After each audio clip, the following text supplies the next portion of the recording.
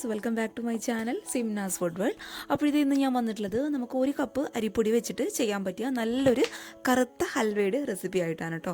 അപ്പോൾ സാധാരണ ഈ ഒരു ഹൽവ ബേക്കറികളിലൊക്കെയാണ് നമ്മൾ വാങ്ങിക്കാറ്. എന്നാൽ ഇത് നമുക്ക് അരിപ്പൊടി വെച്ചിട്ട് വളരെ സിമ്പിളായിട്ട് വീട്ടിൽ നിന്ന് ചെയ്തെടുക്കാവുന്നതേ ഉള്ളൂ കേട്ടോ.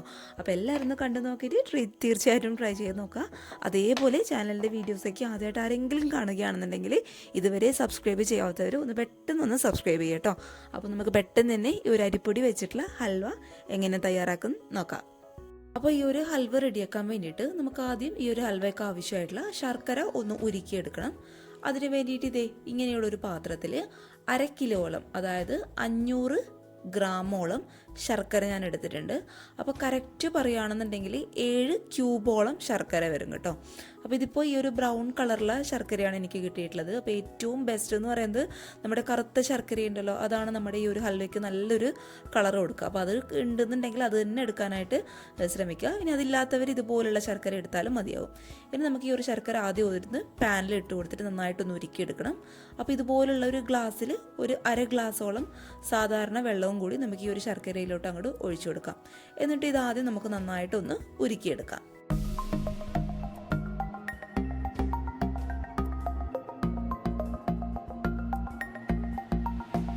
അപ്പോൾ ഇതേ നമ്മൾ ഇട്ട് കൊടുത്ത ശർക്കരയൊക്കെ നന്നായിട്ട് ഉരുകി വന്നിട്ടുണ്ട്. ഇനി നമുക്ക് സ്റ്റൗ അങ്ങോട്ട് ഓഫ് ചെയ്യാം. അപ്പോൾ ഹൽവ റെഡിയാക്കാൻ വേണ്ടിയിട്ട് നമ്മൾ വീട്ടിൽ സാധാരണയായിട്ട് ഉപയോഗിക്കുന്ന ഇങ്ങനെയുള്ളൊരു സ്റ്റീലിൻ്റെ ഗ്ലാസ്സിൽ 1 ഗ്ലാസ് നിറയെ അരിപ്പൊടി ഞാൻ എടുത്തിട്ടുണ്ട്. അപ്പോൾ അരിപ്പൊടി എന്ന് പറയുന്നത് ഒരിക്കലും പുട്ടുപൊടി എടുക്കാനായിട്ട് പാടില്ല. ഏറ്റവും നൈസായിട്ടുള്ള പൊടി വേണം നമ്മൾ ഇതിന് വേണ്ടിയിട്ട് എടുക്കാൻ വേണ്ടിയിട്ട്. അപ്പോൾ നമ്മൾ അപ്പം അതേപോലെ പത്തിരിയൊക്കെ ചുടാനായിട്ട് ഉപയോഗിക്കുന്ന ഏറ്റവും നൈസായിട്ടുള്ള പൊടി. അതിപ്പോൾ വറുത്ത പൊടിയാണ്, അല്ലാന്നുണ്ടെങ്കിൽ വറുക്കാത്ത പൊടിയാണ്, എന്തായാലും കുഴപ്പമില്ല കേട്ടോ. അപ്പോൾ 1 കപ്പ് അല്ലാന്നുണ്ടെങ്കിൽ 1 ഗ്ലാസ് നിറയെ അരിപ്പൊടി ഇതേ ഈ ഒരു പാത്രത്തിലോട്ട് ഞാൻ ഇട്ട് കൊടുത്തിട്ടുണ്ട്. ഇതേ സെയിം ഗ്ലാസ്സിൽ തന്നെ 3 ഗ്ലാസ് നിറയെ തേങ്ങാപ്പാലാണ് നമ്മൾ ഉപയോഗിക്കാനായിട്ട് പോകുന്നത്. അപ്പോൾ 1 ഗ്ലാസ് നല്ല കട്ടിയുള്ള തേങ്ങാപ്പാൽ, അതേപോലെ 2 ഗ്ലാസ് രണ്ടാം പാല്. അപ്പോൾ രണ്ടാം പാലിൽ ആദ്യത്തെ 1 ഗ്ലാസ് നമുക്ക് ഈ ഒരു സമയത്ത് ഈ ഒരു അരിപ്പൊടിയിലോട്ട് അങ്ങോട്ട് ചേർത്ത് കൊടുക്കാം. എന്നിട്ട് ഈ ഒരു അരിപ്പൊടിയുടെ കട്ടകളൊന്നും ഇല്ലാതെ നന്നായിട്ട് ഈ ഒരു പാലിലൊന്ന് മിക്സ് ചെയ്ത് കൊടുക്കുക.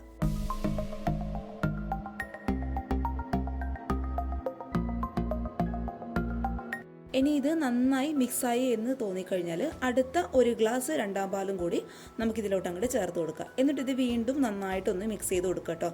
ആ ഒരു അരിപ്പൊടി നന്നായിട്ട് ഈ ഒരു പാലിൽ മിക്സ് ആകുന്നത് വരെ ഇങ്ങനെയുള്ള ഒരു വിസ്കോ ഫോർക്കോ അല്ലാന്നുണ്ടെങ്കിൽ സ്പൂണോ വെച്ചിട്ട് നന്നായിട്ടൊന്ന് മിക്സ് ചെയ്ത് കൊടുക്കുക. ഇനി ഇതിലോട്ട് നമ്മൾ നേരത്തെ ഉരുക്കി മാറ്റി വെച്ച ശർക്കര കംപ്ലീറ്റ് ആയിട്ട് ഇതിലോട്ട് ഒഴിച്ചു കൊടുക്കുകയാണ്.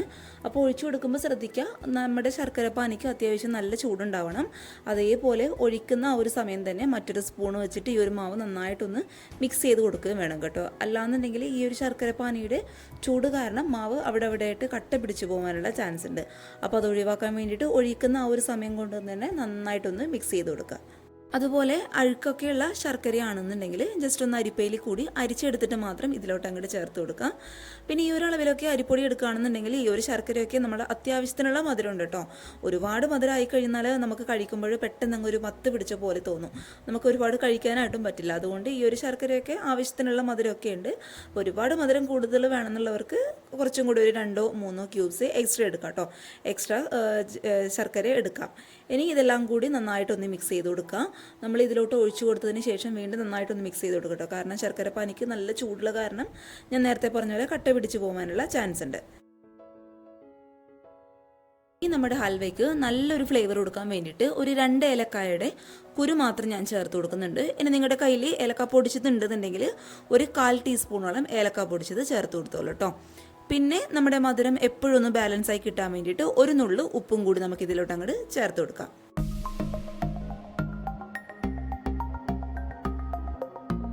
അപ്പോൾ ഇതുപോലുള്ള ഒരു പാത്രത്തിലാണ് നമ്മൾ ഹൽവ റെഡിയാക്കി എടുക്കാൻ വേണ്ടിയിട്ട് പോകുന്നത്. അപ്പോൾ പാത്രത്തിൻ്റെ അടിഭാഗത്തായിട്ട് ഞാൻ കുറച്ച് നെയ്യ്, 1 ടീസ്പൂണോളം നെയ്യ് ഒഴിച്ചു കൊടുത്തിട്ടുണ്ട്.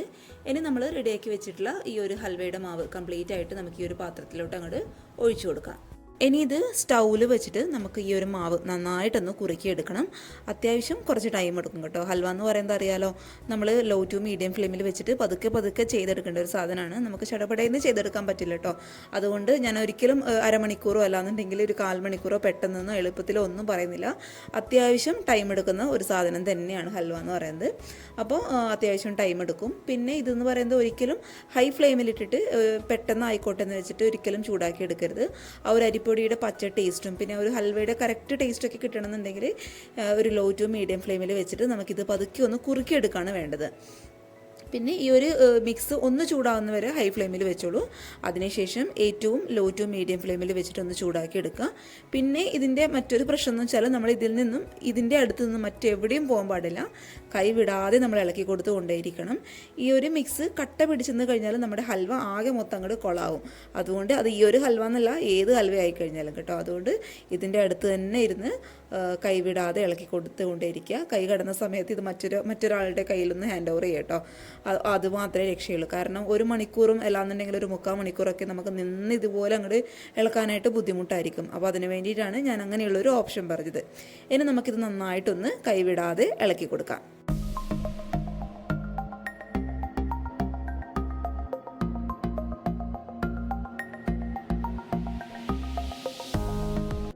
അപ്പോഴിത് ഈ ഒരു മിക്സ് ഒന്ന് കുറുകി ഇതിൽ നിന്ന് ചെറിയ ചെറിയ കുമിളുകളൊക്കെ വരാനായിട്ട് തുടങ്ങും.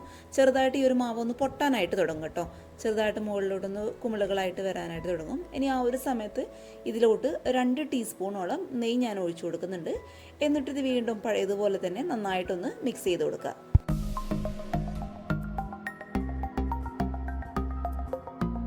ഇനി നമ്മുടെ ഹൽവയുടെ കൂട്ട് കറക്റ്റ് ഇതേ ഈ ഒരു പരുവത്തിലെത്തുന്ന സമയത്ത് നമ്മൾ നേരത്തെ അരിപ്പൊടിയൊക്കെ അളന്നെടുത്ത അതേ ഗ്ലാസ്സിൽ തന്നെ 1 ഗ്ലാസ് നിറയെ നല്ല കട്ടിയുള്ള തേങ്ങാപ്പാലാണ് കേട്ടോ. അപ്പോൾ മൊത്തത്തിൽ നമ്മളിതിൽ 3 ഗ്ലാസ് തേങ്ങാപ്പാൽ ഒഴിച്ചു കൊടുക്കുന്നു. അത് നമ്മൾ നേരത്തെ 2 ഗ്ലാസ് നമ്മുടെ 2ാം പാൽ ഒഴിച്ചു കൊടുത്തു. ഇനി ഇതിലോട്ട് ഈ ഒരു സമയത്ത് നല്ല കട്ടിയുള്ള 1 ഗ്ലാസ് നിറയെ തേങ്ങാപ്പാൽ ഒഴിച്ചു കൊടുത്തിട്ട് ഇത് വീണ്ടും നന്നായിട്ടൊന്ന് മിക്സ് ചെയ്ത് കൊടുക്കുക. ഈ ഒരു സമയത്ത് നമ്മൾ തേങ്ങാപ്പാൽ ചേർക്കുന്ന സമയത്താണ് നമുക്ക് നമ്മുടെ ഹൽവയ്ക്ക് നല്ലൊരു ടേസ്റ്റ് ഉണ്ടാവും കേട്ടോ. ആദ്യമേ എല്ലാം കൂടി അങ്ങ് ചേർക്കാനായിട്ട് പാടില്ല. ഈ ഒരു സമയത്ത് മാത്രമേ നമ്മൾ 1ാം പാൽ, അതായത് നല്ല കട്ടിയുള്ള തേങ്ങാപ്പാൽ ചേർത്ത് കൊടുക്കാനായിട്ട് പാടുള്ളൂ. ഇനി ഇതെല്ലാം കൂടി വീണ്ടും നന്നായിട്ടൊന്ന് മിക്സ് ചെയ്ത് കൊടുക്കുക. ഈ ഒരു സമയത്ത് നമ്മുടെ ഈ ഒരു കൂട്ട് എന്ന് പറയുന്നത് ഒന്ന് ലൂസാവും കേട്ടോ. പക്ഷേ പേടിക്കണ്ട, തേങ്ങാപ്പാലായതുകൊണ്ട് വീണ്ടും നന്നായിട്ടൊന്ന് ഒരു പഴയ പരുവത്തിൽ തന്നെ നമുക്ക്, അതായത് കുറച്ച് കട്ടിയായിട്ട് തന്നെ നമുക്കായി കിട്ടും. അപ്പോൾ ഇത് നമുക്ക് വീണ്ടും കൈവിടാതെ ഒന്ന് മിക്സ് ചെയ്ത് കൊടുക്കാം. ഇനി ആ ഒരു സമയത്ത് തന്നെ 1 ടീസ്പൂൺ കൂടി നെയ്യ് നമുക്ക് ഇതിലോട്ട് അങ്ങോട്ട് ചേർത്ത് കൊടുക്കാം. അപ്പോൾ നമ്മുടെ ഹൽവയുടെ കൂട്ട് അത്യാവശ്യം ഈ ഒരു പരുവത്തിലൊക്കെ എത്തുന്ന സമയത്ത് ഇതിലോട്ട് കുറച്ച് തേങ്ങാക്കൊത്ത് ഞാൻ ചേർത്ത് കൊടുക്കുന്നുണ്ട്. ഇനി നിങ്ങളുടെ കയ്യിൽ അണ്ടിപ്പരിപ്പും മുന്തിരിങ്ങയൊക്കെ ഉണ്ടെന്നുണ്ടെങ്കിൽ ഈ ഒരു സമയത്ത് ഈ ഒരു തേങ്ങാക്കൊത്തിന് പകരമായിട്ട് ചേർത്ത് കൊടുത്തോളൂ കേട്ടോ. എൻ്റെ കയ്യിൽ അപ്പോൾ ഈ ഒരു സമയത്ത് അതില്ലാത്ത കാരണമാണ് അതിന് പകരമായിട്ട് തേങ്ങാക്കൊത്ത് ഞാൻ ചേർത്ത് കൊടുക്കുന്നത്. ഇനി ഇതെല്ലാം കൂടി നന്നായിട്ടൊന്ന് മിക്സ് ചെയ്ത് കൊടുക്കാം. ഈ ഒരു ഹൽവയ്ക്ക് ആയി കഴിഞ്ഞാൽ ഈ ഒരു തേങ്ങാക്കൊത്ത് നമ്മൾ കഴിക്കുമ്പോൾ കടിക്കാനായിട്ട് കിട്ടുമ്പോൾ നല്ലൊരു ടേസ്റ്റാണ്. അപ്പോൾ അതിന് വേണ്ടിയിട്ട് മാത്രമാണ് കേട്ടോ ചേർത്ത് കൊടുത്തത്.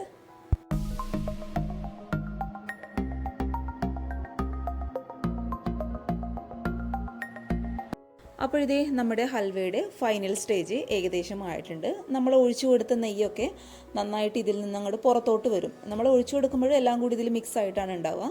എന്നാൽ നമ്മുടെ ഹൽവയുടെ ഈ ഒരു മാവ് കറക്റ്റായിട്ട് ഈ ഒരു പരുവം ആയി കഴിഞ്ഞാൽ നമ്മൾ ഒഴിച്ചു കൊടുത്ത എണ്ണയൊക്കെ ഇതുപോലെ അങ്ങോട്ട് സെപ്പറേറ്റ് ആയിട്ട് കിടക്കും കേട്ടോ. അതാണ് ഹൽവയുടെ മാവ് ആയെന്നുള്ളതിൻ്റെ കറക്റ്റ് പരുവം എന്ന് പറയുന്നത്. അപ്പോൾ ഇതിലേകദേശം ഞാൻ എല്ലാം കൂടി ഒരു 1/2 കപ്പോളം നെയ്യ് ഒഴിച്ചു കൊടുത്തിട്ടുണ്ടാവും. അത്യാവശ്യം നെയ്യ് വേണം കേട്ടോ, എങ്കിലും നമ്മുടെ ഹൽവയ്ക്ക് നല്ലൊരു ടേസ്റ്റ് കൊടുക്കും.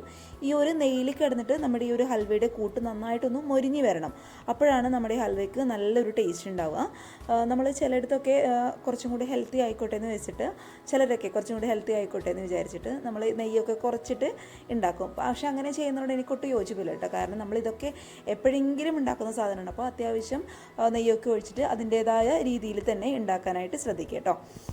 അപ്പോൾ ഈ ഒരു രീതിയിൽ ആയിക്കഴിഞ്ഞാൽ നമുക്ക് പതുക്കെ സ്റ്റൗ അങ്ങോട്ട് ഓഫ് ചെയ്ത് കൊടുക്കാം. ഇനി ഇത് ആയെന്നുള്ളത് കറക്റ്റ് പരുവം എങ്ങനെയാണ് മനസ്സിലാവുന്ന വെച്ചാൽ ഇതിൽ നിന്നും കുറച്ച് ഒരു സ്പൂണിൽ മാവ് എടുത്തിട്ട് പ്ലേറ്റിൽ വെച്ചിട്ട് ജസ്റ്റ് ഒന്ന് ഉരുട്ടി നോക്കുക. അത് കറക്റ്റായിട്ട് ഉരുണ്ട് വരുന്നുണ്ടെന്നുണ്ടെങ്കിൽ കറക്റ്റ് പരുവെന്നാണ് കേട്ടോ അർത്ഥം.